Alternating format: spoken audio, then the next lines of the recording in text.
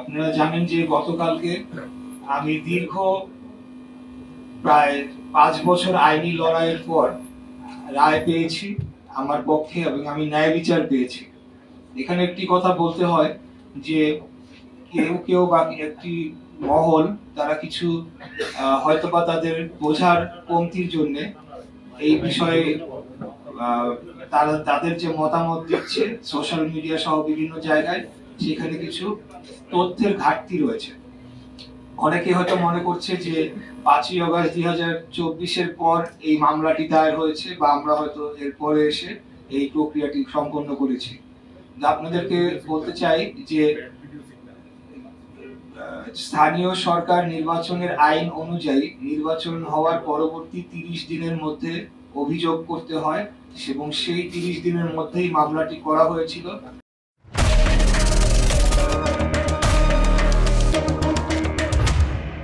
এবং পরবর্তী 180 দিনের মধ্যে এই মামলাটি নিষ্পত্তি হওয়ার আইনি বিধান থাকলেও এখানে বিগত ফ্যাসিবাদী হাসিনা সরকারের আমলে এটিকে বাধাগ্রস্ত করা হয় এবং যে অবৈধভাবে ক্ষমতা দখলকারী তাপস তিনি এই মামলাটি বাতিল করার জন্য হাইকোর্টে এবং লোয়ার কোর্টে চাপ প্রয়োগ করে এবং হাইকোর্টে একটি আবেদন করে এবং মামলাটি শুনানিতে তারা এটিকে বন্ধ করে রাখে।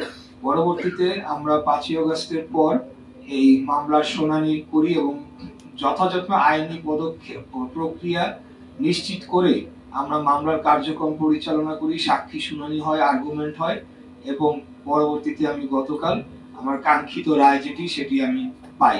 অতএব এখন যদি আমি আমার ন্যায় বিচার চাই দেশে, তাহলে আমি বিএনপির সদস্য দেখে এখন আমাকে যদি বলা হয় সেটা আমার অন্যায় অপরাধ, তাহলে এই যে বৈষম্য বিরোধী বাংলাদেশ যে প্রত্যয় নিয়ে যারা এখন আগামী দিনে রাজনীতি করছে আসে বা অন্যান্য কোনো তারা যদি আমার বৈষম্য করে, আমি যদি ন্যায় বিচার চাওয়ার জন্য যদি এখন অপরাধী হয়ে যাই, তাহলে আসলে এই ক্ষেত্রে আমার কিছু করার নাই, কিছু বলারও নাই, জনগণই সেটার বিচার করবে।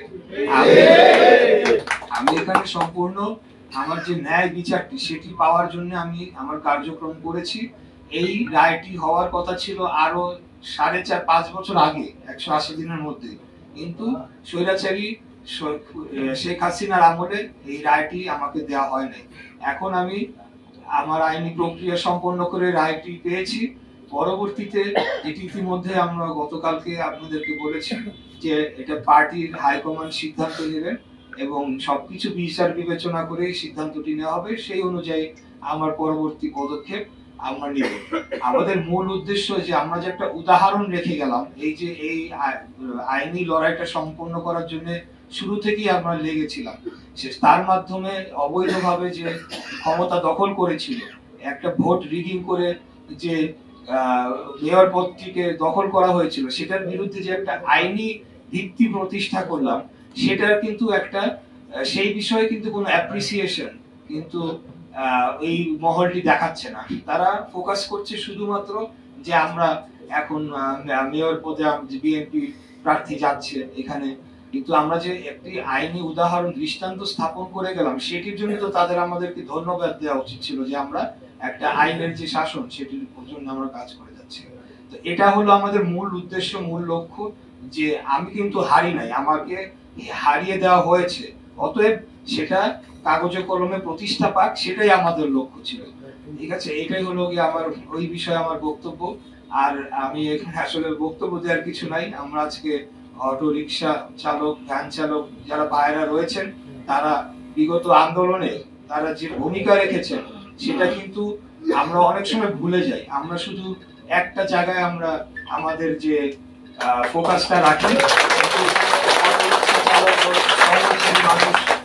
শ্রমজীবী মানুষ, রিক্সা চালক, ভ্যান চালক, এখানে মাদ্রাসার ছাত্র, প্রাইভেট ইউনিভার্সিটির ছাত্র, মহিলা, শিশুরা সবাই মিলে কিন্তু জীবন দিয়েছে এবং ঘটিয়েছে, বাংলাদেশকে ফ্যাসিবাদ মুক্ত করেছে। এখানে কৃতিত্ব যদি নিতে হয় সবাইকে ভাগাভাগি করে নিতে হবে, কেউ একজন এটার দাবিদার হতে পারে না। তাই তাদের পাশে দাঁড়ানোর জন্য আজকে আমাদের যে উপস্থিত সিনিয়র নেতৃবৃন্দের সহযোগিতায় আমাদের নেতা দেশ নায়ক জনাব তারেক রহমানের পক্ষ থেকে একটি ছোট ঈদ উপহার অনুষ্ঠানটা আমরা আয়োজন করেছি। এটার জন্য এটা করতে পেরে এবং আমাকে এখানে আজকে সুযোগ দিয়েছেন এই অনুষ্ঠানে আমাদের সিনিয়র যুগ্ম মহাসচিব, আমাদের সকলের প্রাণপ্রিয় নেতা, রাজপথের লড়াকু সৈনিক, যিনি দুর্দিনে আমাদেরকে আশার আলো দেখিয়েছেন, আমাদেরকে আন্দোলনে তিনি আমাদেরকে মানে পরিচালনা করেছেন, সেটা আমি নিজে সাক্ষী। একাধিকবার যখন খুনি হাসিনার সময় আমাদের উপরে একেবারে ক্র্যাকডাউন চালানো হয়, তখন কিন্তু উনি আমাদেরকে বিভিন্ন ভাবে যোগাযোগ করে আমাদেরকে অনুপ্রেরণা জুগিয়েছেন, আমাদেরকে উৎসাহ উদ্দীপনা জুগিয়েছেন। আমরা সেখান থেকে আমাদের আন্দোলন যার যার অবস্থান থেকে ওনার নির্দেশনায়, আমাদের নেতা দেশ নায়ক জনাব তারেক রহমানের নির্দেশনায় আমরা করেছি। তাই আমরা ওনার কাছে আজীবন কৃতজ্ঞ থাকবো। বাংলাদেশের জনগণের আজীবন কৃতজ্ঞ থাকতে হবে ওনাদের যে ভূমিকাটা।